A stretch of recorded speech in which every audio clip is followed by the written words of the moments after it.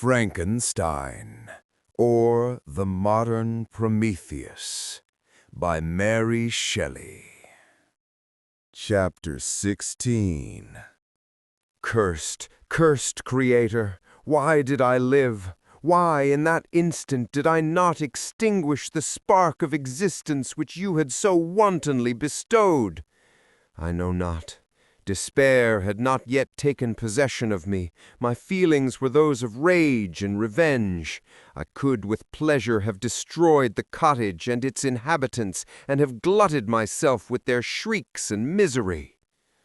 When night came, I quitted my retreat, and wandered in the wood. And now, no longer restrained by the fear of discovery, I gave vent to my anguish in fearful howlings.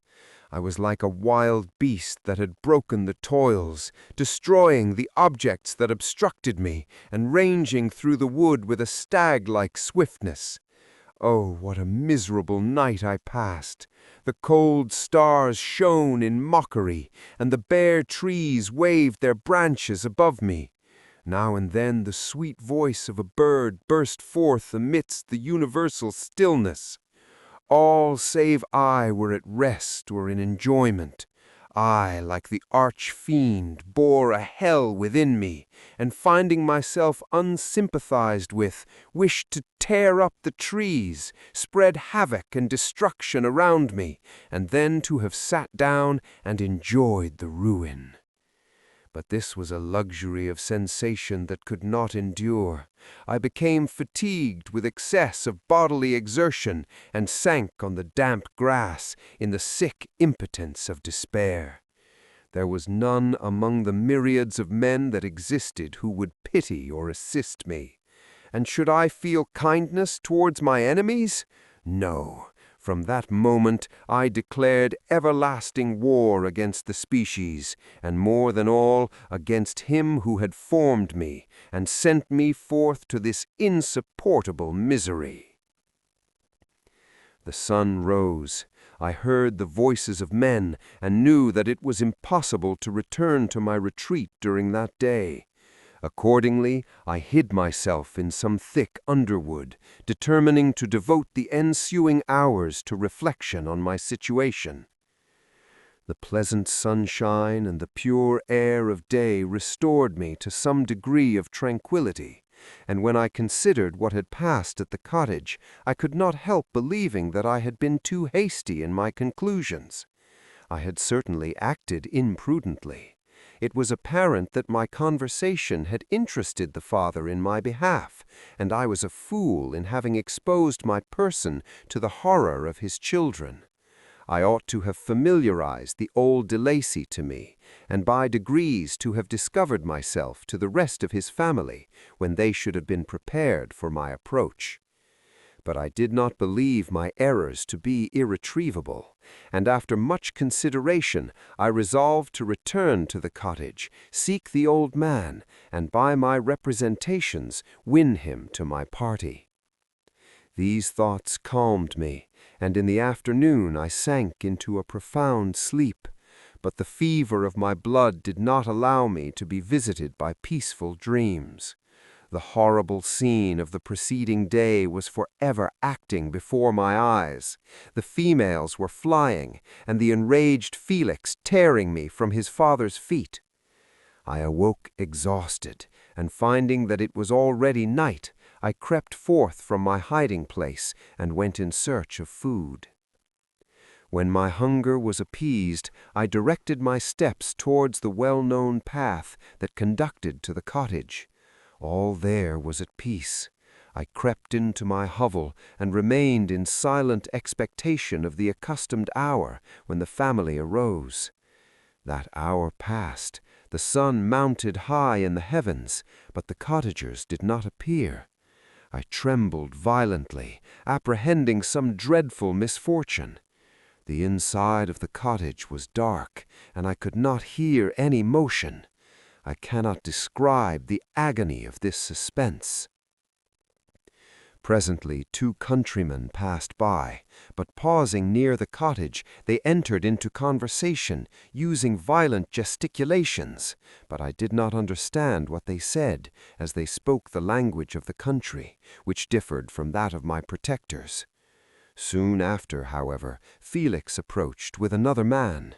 I was surprised, as I knew that he had not quitted the cottage that morning, and waited anxiously to discover from his discourse the meaning of these unusual appearances.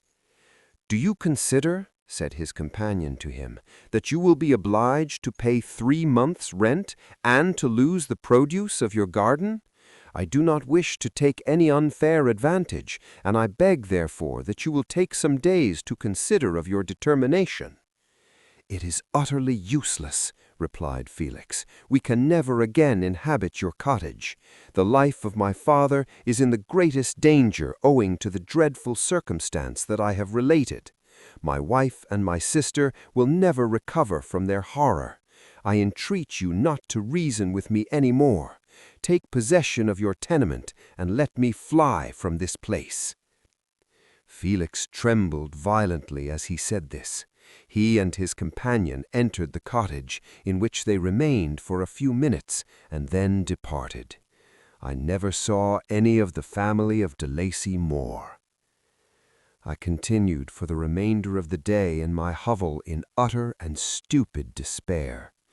My protectors had departed, and had broken the only link that held me to the world.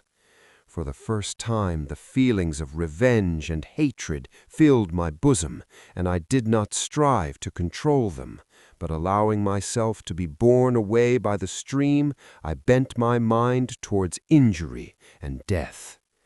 When I thought of my friends, of the mild voice of de Lacy, the gentle eyes of Agatha, and the exquisite beauty of the Arabian, these thoughts vanished, and a gush of tears somewhat soothed me. But again, when I reflected that they had spurned me and deserted me, anger returned, a rage of anger, and unable to injure anything human, I turned my fury towards inanimate objects. As night advanced, I placed a variety of combustibles around the cottage, and after having destroyed every vestige of cultivation in the garden, I waited with forced impatience until the moon had sunk to commence my operations. As the night advanced, a fierce wind arose from the woods and quickly dispersed the clouds that had loitered in the heavens. The blast tore along like a mighty avalanche and produced a kind of insanity in my spirits that burst all bounds of reason and reflection. I lit the dry branch of a tree and danced with fury around the devoted cottage, my eyes still fixed on the western horizon, the edge of which the moon nearly touched. A part of its orb was at length hid, and I waved my brand. It sank, and with a loud scream I fired the straw and heath and bushes which I had collected. The wind fanned the fire, and the cottage was quickly enveloped by the flames, which clung to it and licked it with their forked and destroying tongues. As soon as I was convinced that no assistance could save any part of the habitation, I quitted the scene and sought refuge in the woods. And now, with the world before me, whither should I bend my steps? I resolved to fly far from the scene of my misfortunes, but to me, hated and despised, every country must be equally horrible. At length the thought of you crossed my mind. I learned from your papers that you were my father, my creator, and to whom could I apply with more fitness than to him who gave me life? Among the lessons that Felix had bestowed on Safie, geography had not been omitted. I had learned from these the relative situations of the different countries of the earth. You had mentioned Geneva as the name of your native town, and towards this place I resolved to proceed. But how was I to direct myself? I knew that I must travel in a southwesterly direction to reach my destination, But the sun was my only guide. I did not know the names of the towns that I was to pass through, nor could I ask information from a single human being. But I did not despair. From you only could I hope for succor, although towards you I felt no sentiment but that of hatred. Unfeeling, heartless Creator, you had endowed me with perceptions and passions, and then cast me abroad, an object for the scorn and horror of mankind. But on you only had I any claim for pity and redress, and from you I determined to seek that justice which I vainly attempted to gain from any other being that wore the human form. My travels were long, and the sufferings I endured intense. It was late in autumn when I quitted the district where I had so long resided. I traveled only at night, fearful of encountering the visage of a human being. Nature decayed around me, and the sun became heatless. Rain and snow poured around me. Mighty rivers were frozen. The surface of the earth was hard and chill and bare, and I found no shelter. O earth, how often did I imprecate curses on the cause of my being! The mildness of my nature had fled, and all within me was turned to gall and bitterness. The nearer I approached to your habitation, the more deeply did I feel the spirit of revenge enkindled in my heart. Snow fell, and the waters were hardened, but I rested not. A few incidents now and then directed me, and I possessed a map of the country, but I often wandered wide from my path. The agony of my feelings allowed me no respite. No incident occurred from which my rage and misery could extract its food. But a circumstance that happened when I arrived on the confines of Switzerland, when the sun had recovered its warmth, and the earth again began to look green, confirmed in an especial manner the bitterness and horror of my feelings. I generally rested during the day, and traveled only when I was secured by night from the view of man.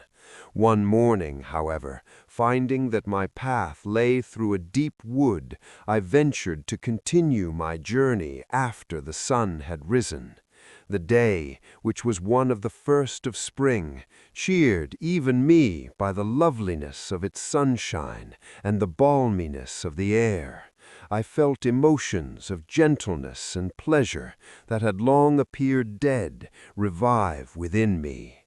Half surprised by the novelty of these sensations, I allowed myself to be borne away by them, and forgetting my solitude and deformity, dared to be happy. Soft tears again bedewed my cheeks, and I even raised my humid eyes with thankfulness towards the blessed sun which bestowed such joy upon me.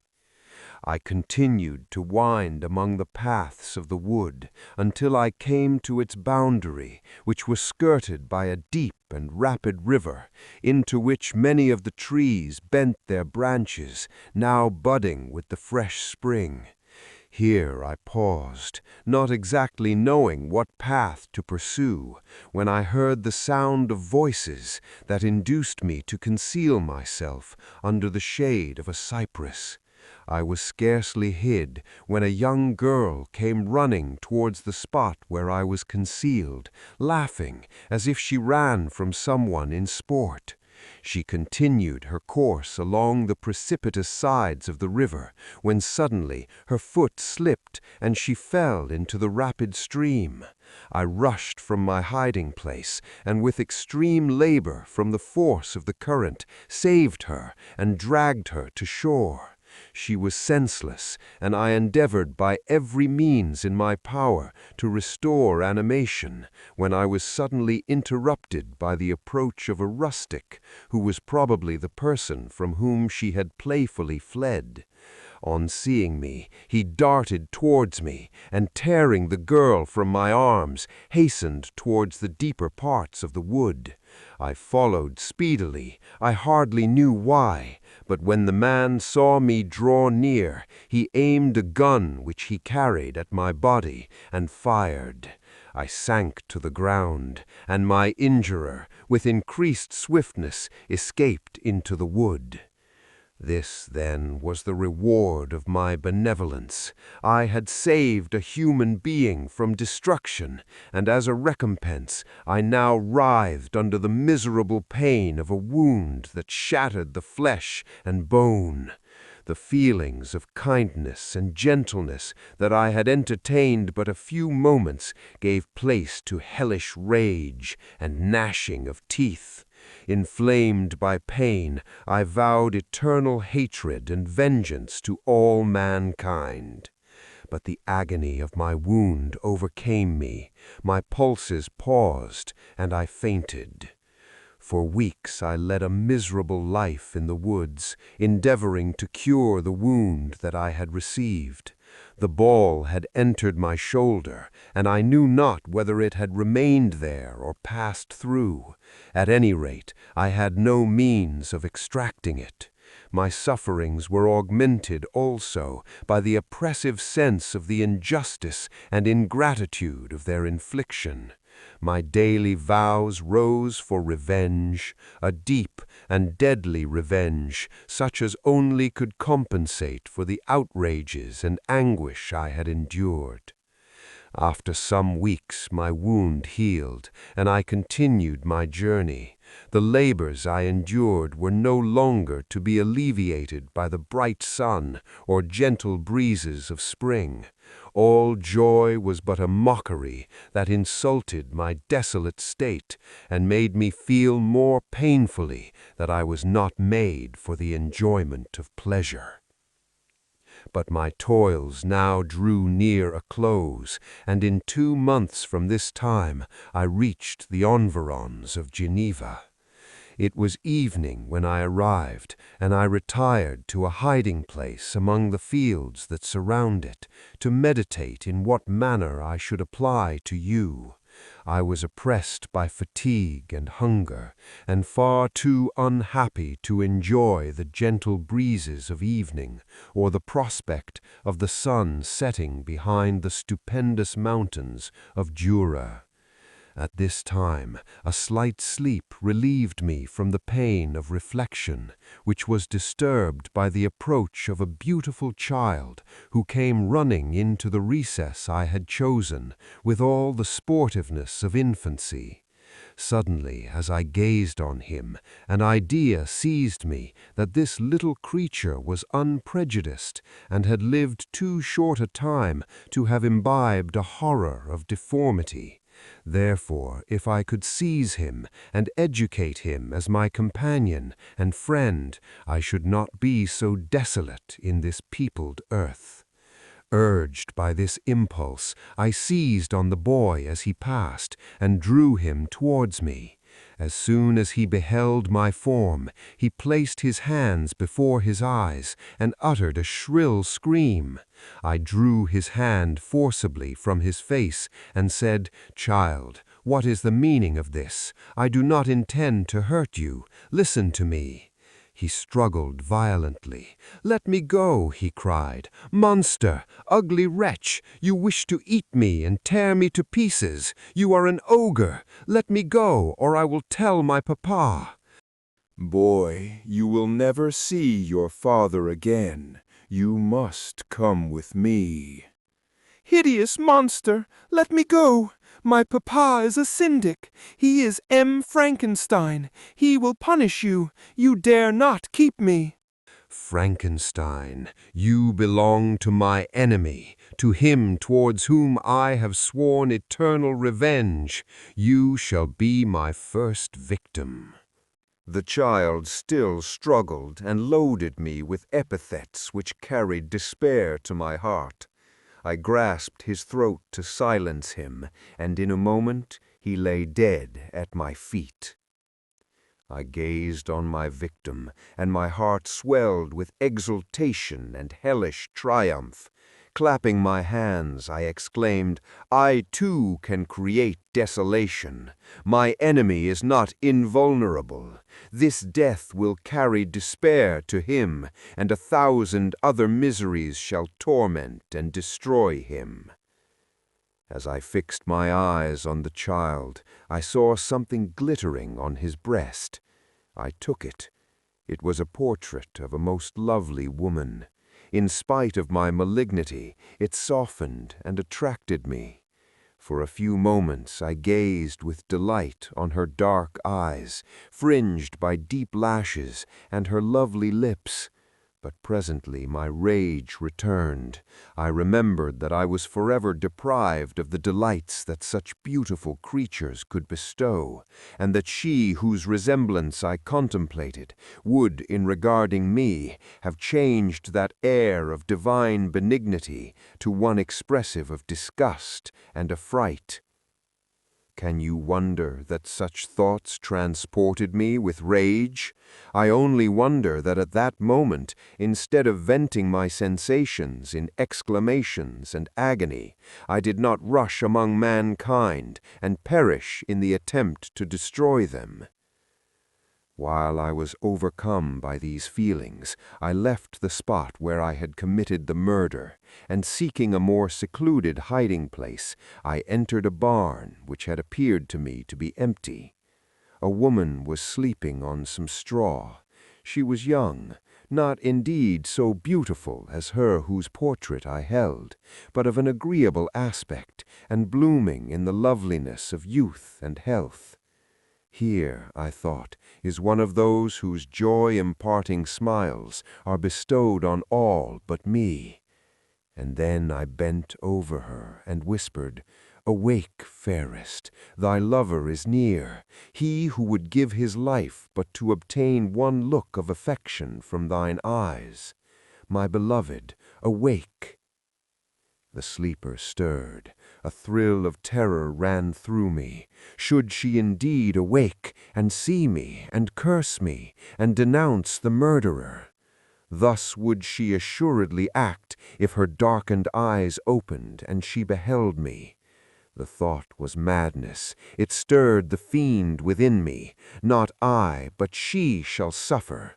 The murder I have committed because I am forever robbed of all that she could give me. She shall atone. The crime had its source in her. Be hers the punishment. Thanks to the lessons of Felix and the sanguinary laws of man, I had learned now to work mischief. I bent over her and placed the portrait securely in one of the folds of her dress. She moved again, and I fled. For some days I haunted the spot where these scenes had taken place, sometimes wishing to see you, sometimes resolved to quit the world and its miseries forever. At length I wandered towards these mountains, and have ranged through their immense recesses, consumed by a burning passion which you alone can gratify. We may not part until you have promised to comply with my requisition. I am alone and miserable. Man will not associate with me, but one as deformed and horrible as myself would not deny herself to me. My companion must be of the same species and have the same defects. This being you must create. Chapter 17. The being finished speaking and fixed his looks upon me in the expectation of a reply, but I was bewildered, perplexed, and unable to arrange my ideas sufficiently to understand the full extent of his proposition. He continued, "You must create a female for me with whom I can live in the interchange of those sympathies necessary for my being.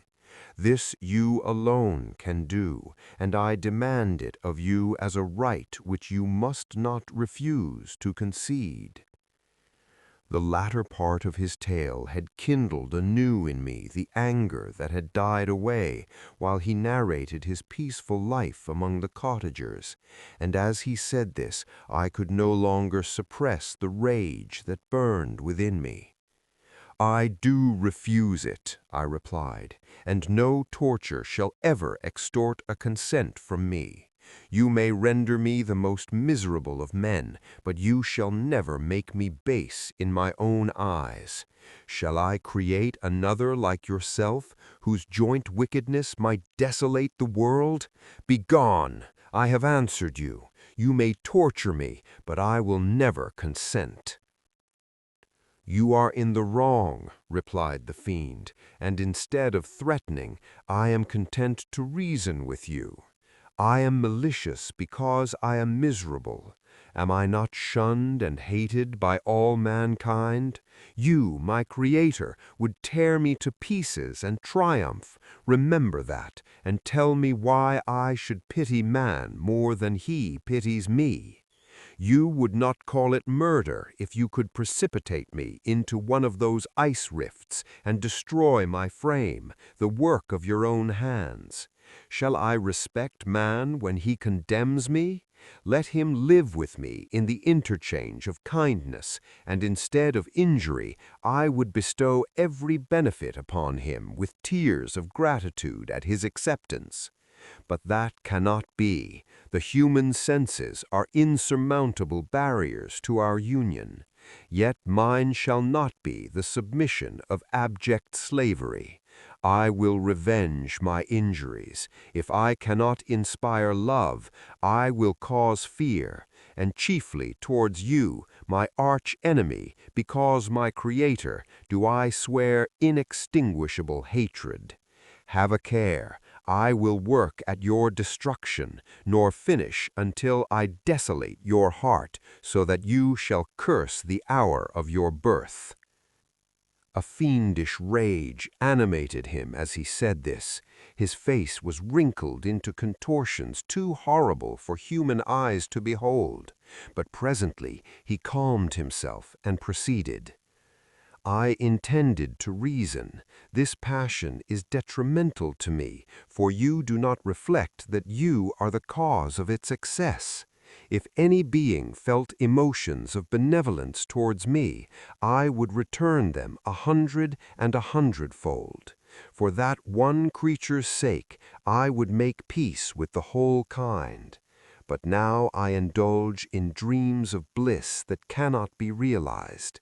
What I ask of you is reasonable and moderate. I demand a creature of another sex, but as hideous as myself. The gratification is small, but it is all that I can receive, and it shall content me. It is true, we shall be monsters, cut off from all the world, but on that account we shall be more attached to one another. Our lives will not be happy, but they will be harmless and free from the misery I now feel. Oh, my Creator, make me happy. Let me feel gratitude towards you for one benefit. Let me see that I excite the sympathy of some existing thing. Do not deny me my request." I was moved. I shuddered when I thought of the possible consequences of my consent, but I felt that there was some justice in his argument. His tale and the feelings he now expressed proved him to be a creature of fine sensations, and did I not, as his maker, owe him all the portion of happiness that it was in my power to bestow? He saw my change of feeling and continued, "If you consent, neither you nor any other human being shall ever see us again. I will go to the vast wilds of South America. My food is not of man. I do not destroy the lamb and the kid to glut my appetite. Acorns and berries afford me sufficient nourishment. My companion will be of the same nature as myself, and will be content with the same fare. We will make our bed of dried leaves. The sun will shine on us as on man, and will ripen our food. The picture I present to you is peaceful and human, and you must feel that you could deny it only in the wantonness of power and cruelty. Pitiless as you have been towards me, I now see compassion in your eyes.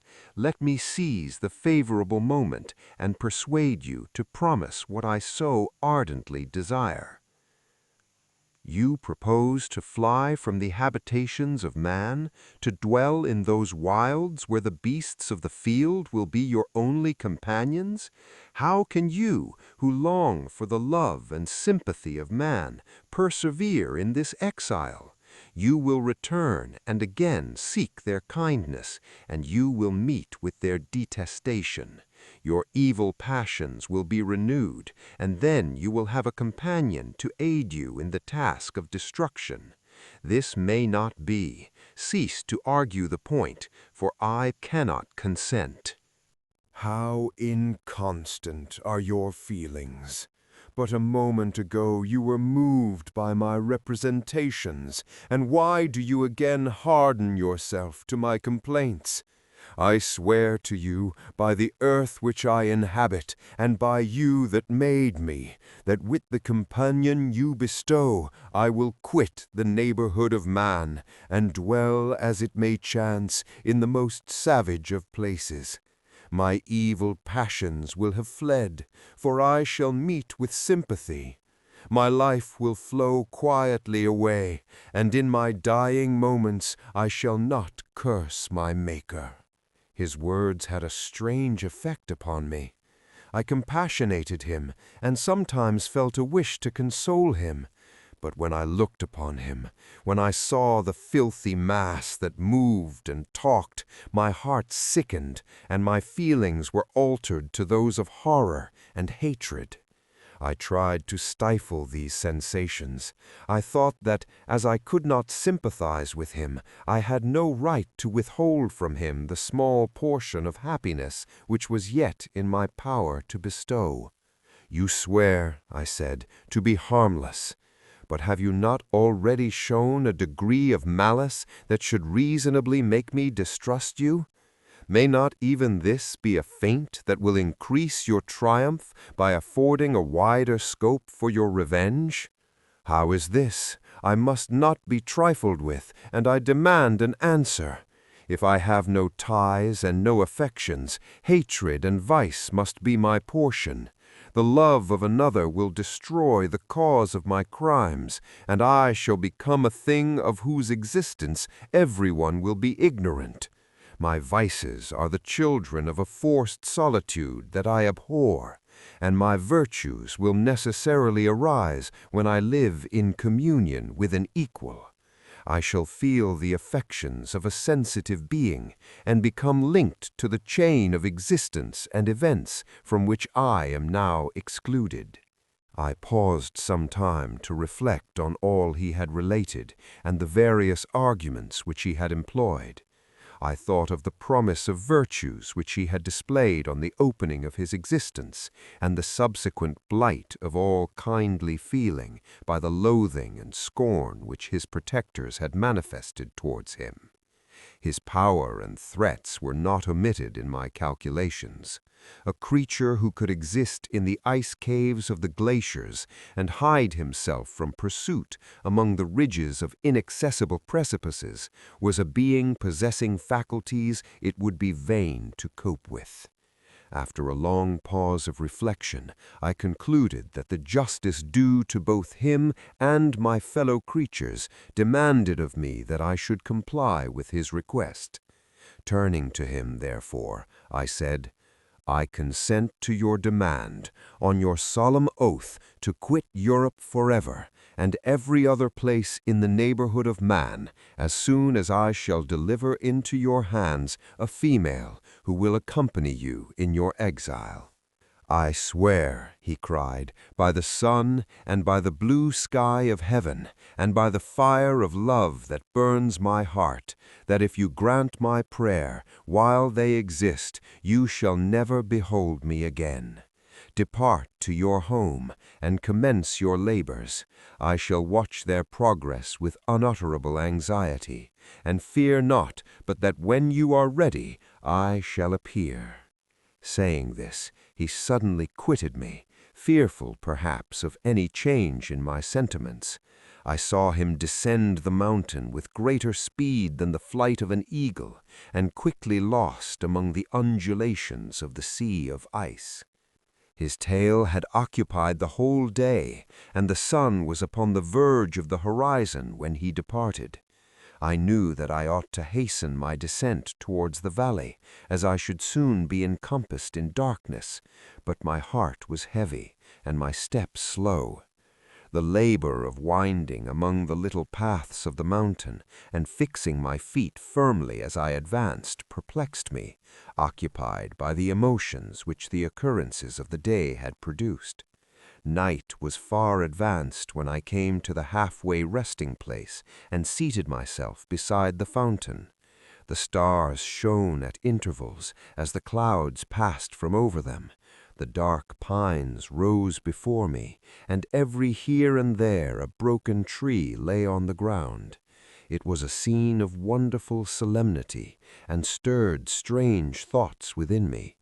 I wept bitterly, and clasping my hands in agony, I exclaimed, "O stars and clouds and winds, ye are all about to mock me.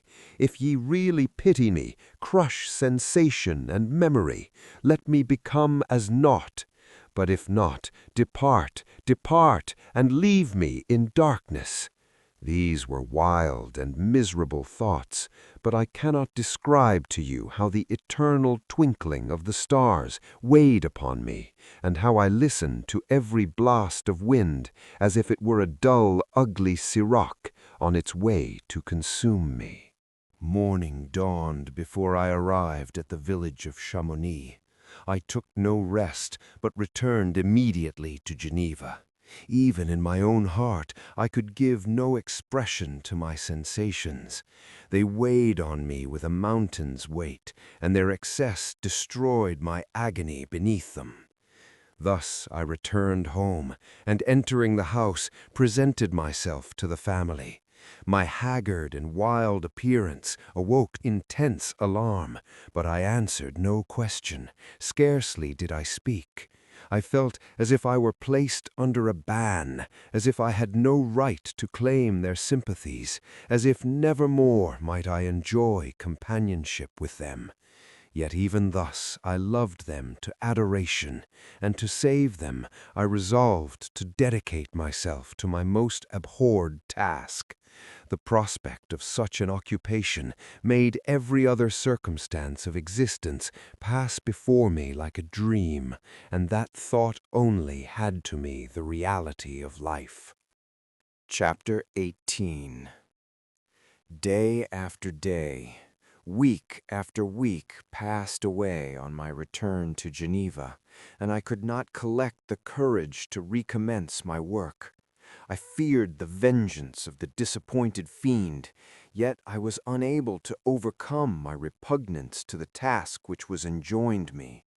I found that I could not compose a female without again devoting several months to profound study and laborious disquisition. I had heard of some discoveries having been made by an English philosopher, the knowledge of which was material to my success, and I sometimes thought of obtaining my father's consent to visit England for this purpose. But I clung to every pretense of delay, and shrank from taking the first step in an undertaking whose immediate necessity began to appear less absolute to me. A change, indeed, had taken place in me. My health, which had hitherto declined, was now much restored, and my spirits, when unchecked by the memory of my unhappy promise, rose proportionably. My father saw this change with pleasure, and he turned his thoughts towards the best method of eradicating the remains of my melancholy, which every now and then would return by fits, and with a devouring blackness overcast the approaching sunshine. At these moments, I took refuge in the most perfect solitude. I passed whole days on the lake alone in a little boat, watching the clouds and listening to the rippling of the waves, silent and listless. But the fresh air and bright sun seldom failed to restore me to some degree of composure, and on my return I met the salutations of my friends with a readier smile and a more cheerful heart. It was after my return from one of these rambles that my father, calling me aside, thus addressed me. "I am happy to remark, my dear son, that you have resumed your former pleasures and seem to be returning to yourself. And yet you are still unhappy and still avoid our society.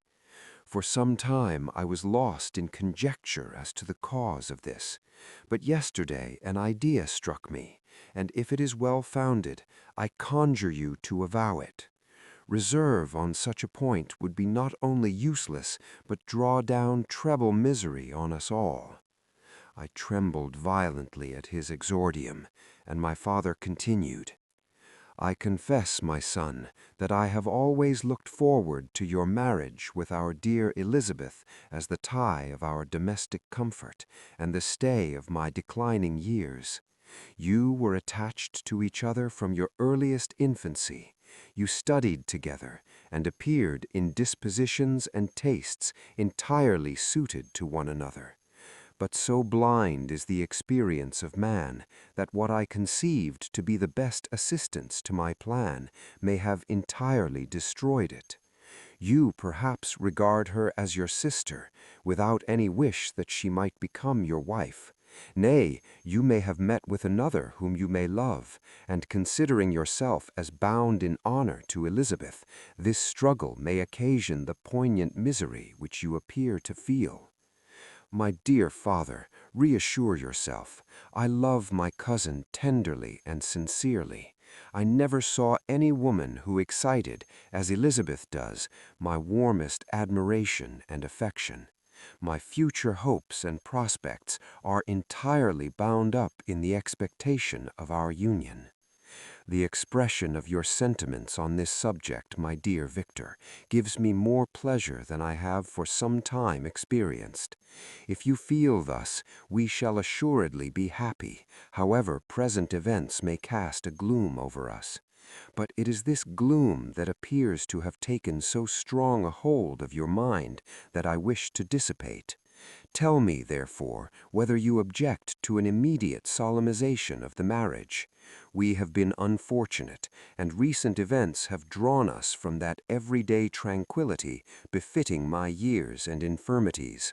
You are younger, yet I do not suppose, possessed as you are of a competent fortune, that an early marriage would at all interfere with any future plans of honor and utility that you may have formed. Do not suppose, however, that I wish to dictate happiness to you, or that a delay on your part would cause me any serious uneasiness. Interpret my words with candor, and answer me, I conjure you, with confidence and sincerity." I listened to my father in silence, and remained for some time incapable of offering any reply. I revolved rapidly in my mind a multitude of thoughts, and endeavored to arrive at some conclusion. Alas, to me the idea of an immediate union with my Elizabeth was one of horror and dismay. I was bound by a solemn promise which I had not yet fulfilled and dared not break, or if I did, what manifold miseries might not impend over me and my devoted family. Could I enter into a festival with this deadly weight yet hanging round my neck and bowing me to the ground?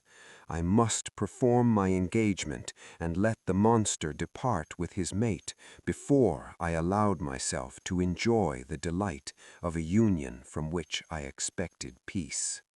I remembered also the necessity imposed upon me of either journeying to England or entering into a long correspondence with those philosophers of that country, whose knowledge and discoveries were of indispensable use to me in my present undertaking.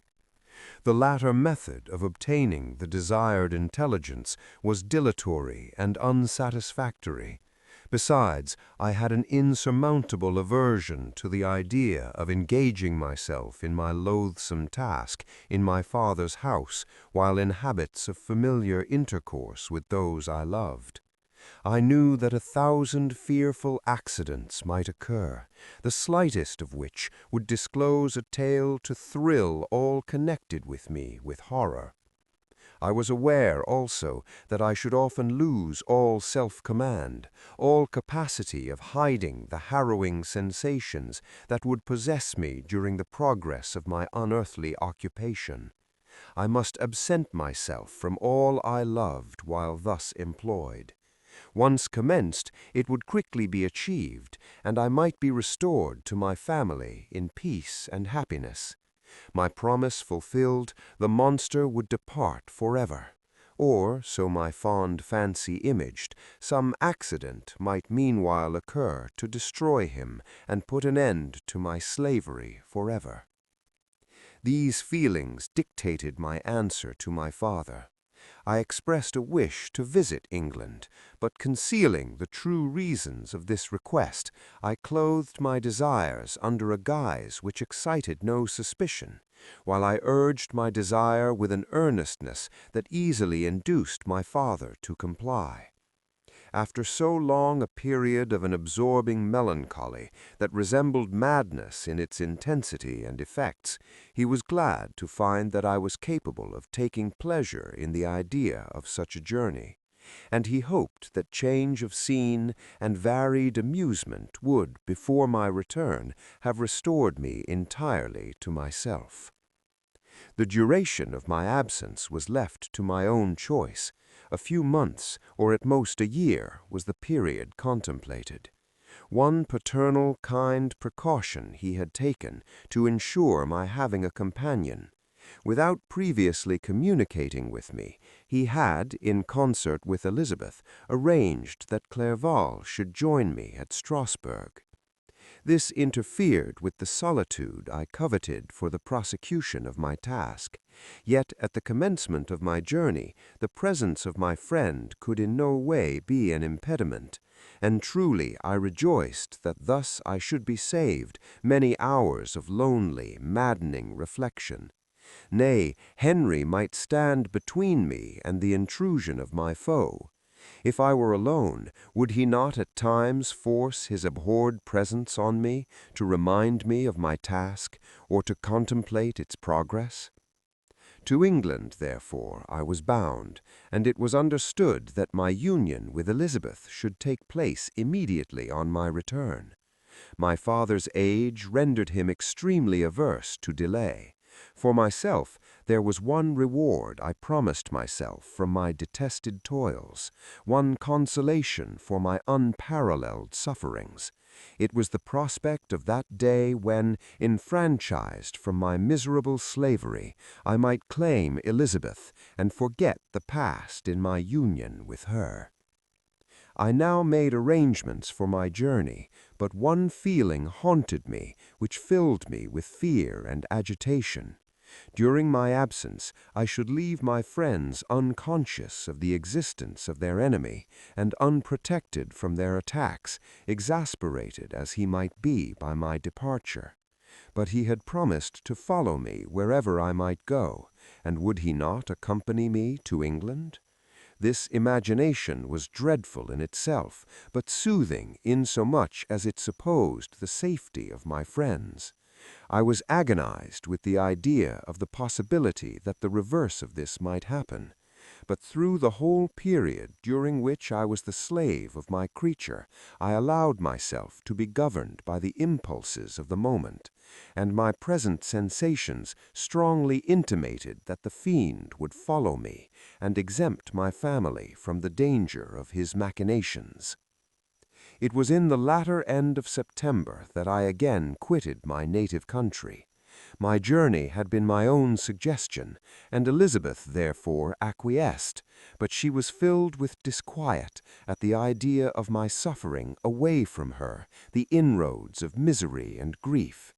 It had been her care which provided me a companion in Clerval, and yet a man is blind to 1,000 minute circumstances that call forth a woman's sedulous attention. She longed to bid me hasten my return. 1,000 conflicting emotions rendered her mute as she bade me a tearful, silent farewell. I threw myself into the carriage that was to convey me away, hardly knowing whither I was going, and careless of what was passing around. I remembered only, and it was with a bitter anguish that I reflected on it, to order that my chemical instruments should be packed to go with me. Filled with dreary imaginations, I passed through many beautiful and majestic scenes, but my eyes were fixed and unobserving. I could only think of the bourne of my travels and the work which was to occupy me whilst they endured. After some days spent in listless indolence, during which I traversed many leagues, I arrived at Strasbourg, where I waited 2 days for Clerval. He came. Alas, how great was the contrast between us! He was alive to every new scene, joyful when he saw the beauties of the setting sun, and more happy when he beheld it rise and recommence a new day. He pointed out to me the shifting colors of the landscape and the appearances of the sky. "This is what it is to live," he cried. "Now I enjoy existence. But you, my dear Frankenstein, wherefore are you desponding and sorrowful?" In truth, I was occupied by gloomy thoughts, and neither saw the descent of the evening star nor the golden sunrise reflected in the Rhine. And you, my friend, would be far more amused with the journal of Clerval, who observed the scenery with an eye of feeling and delight, than in listening to my reflections. I, a miserable wretch, haunted by a curse that shut up every avenue to enjoyment. We had agreed to descend the Rhine in a boat from Strasbourg to Rotterdam, whence we might take shipping for London. During this voyage we passed many willowy islands and saw several beautiful towns. We stayed a day at Mannheim, and on the 5th from our departure from Strasbourg arrived at Mainz. The course of the Rhine below Mainz becomes much more picturesque. The river descends rapidly and winds between hills, not high, but steep and of beautiful forms. We saw many ruined castles standing on the edges of precipices, surrounded by black woods, high and inaccessible. This part of the Rhine, indeed, presents a singularly variegated landscape. In one spot you view rugged hills, ruined castles overlooking tremendous precipices, with the dark Rhine rushing beneath, and on the sudden turn of a promontory, flourishing vineyards with green sloping banks, and a meandering river and populous towns occupy the scene. We traveled at the time of the vintage and heard the song of the laborers as we glided down the stream. Even I, depressed in mind, and my spirits continually agitated by gloomy feelings, even I was pleased. I lay at the bottom of the boat, and as I gazed on the cloudless blue sky, I seemed to drink in a tranquility to which I had long been a stranger. And if these were my sensations, who can describe those of Henry? He felt as if he had been transported to fairyland and enjoyed a happiness seldom tasted by man. "I have seen," he said, "the most beautiful scenes of my own country. I have visited the lakes of Lucerne and Uri, where the snowy mountains descend almost perpendicularly to the water, casting black and impenetrable shades, which would cause a gloomy and mournful appearance, were it not for the most verdant islands that relieve the eye by their gay appearance. I have seen this lake agitated by a tempest, when the wind tore up whirlwinds of water, and gave you an idea of what the waterspout must be on the great ocean, and the waves dash with fury the base of the mountain, where the priest and his mistress were overwhelmed by an avalanche, and where their dying voices are still said to be heard amid the pauses of the nightly wind. I have seen the mountains of La Valais and the Pays de Vaud, but this country, Victor, pleases me more than all those wonders. The mountains of Switzerland are more majestic and strange, but there is a charm in the banks of this divine river that I never before saw equaled. Look at that castle which overhangs yon precipice, and that also on the island, almost concealed amongst the foliage of those lovely trees, and now that group of laborers coming from among their vines, and that village half hid in the recess of the mountain. Oh, surely the spirit that inhabits and guards this place has a soul more in harmony with man than those who pile the glacier or retire to the inaccessible peaks of the mountains of our own country. Clerval, beloved friend, even now it delights me to record your words and to dwell on the praise of which you are so eminently deserving. He was a being formed in the very poetry of nature. His wild and enthusiastic imagination was chastened by the sensibility of his heart. His soul overflowed with ardent affections, and his friendship was of that devoted and wondrous nature that the worldly-minded teach us to look for only in the imagination. But even human sympathies were not sufficient to satisfy his eager mind. The scenery of external nature, which others regard only with admiration, he loved with ardor. The sounding cataract haunted him like a passion. The tall rock, the mountain, and the deep and gloomy wood, their colors and their forms, were then to him an appetite, a feeling and a love that had no need of a remoter charm, by thought supplied, or any interest unborrowed from the eye. Wordsworth's Tintern Abbey. And where does he now exist? Is this gentle and lovely being lost forever? Has this mind, so replete with ideas, imaginations fanciful and magnificent, which formed a world whose existence depended on the life of its creator, has this mind perished? Does it now only exist in my memory? No, it is not thus. Your form so divinely wrought and beaming with beauty has decayed, but your spirit still visits and consoles your unhappy friend. Pardon this gush of sorrow.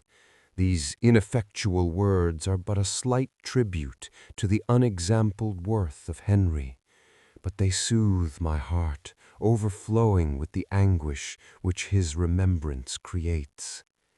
I will proceed with my tale. Beyond Cologne we descended to the plains of Holland, and we resolved to post the remainder of our way, for the wind was contrary and the stream of the river was too gentle to aid us. Our journey here lost the interest arising from beautiful scenery, but we arrived in a few days at Rotterdam, whence we proceeded by sea to England. It was on a clear morning, in the latter days of December, that I first saw the white cliffs of Britain. The banks of the Thames presented a new scene. They were flat but fertile, and almost every town was marked by the remembrance of some story. We saw Tilbury Fort and remembered the Spanish Armada, Gravesend, Woolwich, and Greenwich, places which I had heard of even in my country. At length we saw the numerous steeples of London, St. Paul's towering above all, and the Tower, famed in English history.